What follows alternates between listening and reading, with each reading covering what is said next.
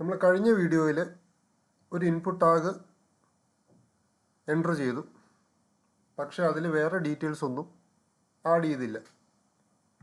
ഒരു യൂസർ ഈ സൈറ്റ് കാണുമ്പോൾ ഈ ഇൻപുട്ട് എന്തിനുള്ളതാണ് എന്ന് മനസ്സിലാക്കാൻ കഴിയുന്നില്ല.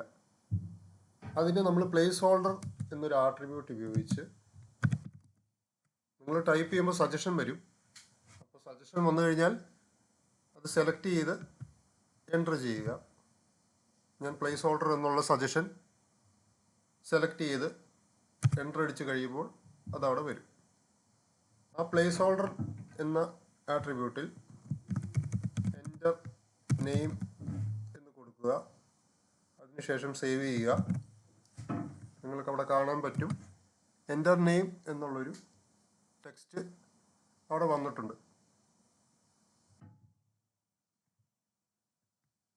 നമ്മൾ ടൈപ്പ് ചെയ്യുമ്പോൾ അതവിടെ നിന്ന് പോകും. വീണ്ടും ഇത് ക്ലിയർ ചെയ്യുകയാണെങ്കിൽ അവിടെ വീണ്ടും എൻ്റർ നെയിം എന്ന പ്ലേസ് ഹോൾഡർ വരുന്നതാണ്.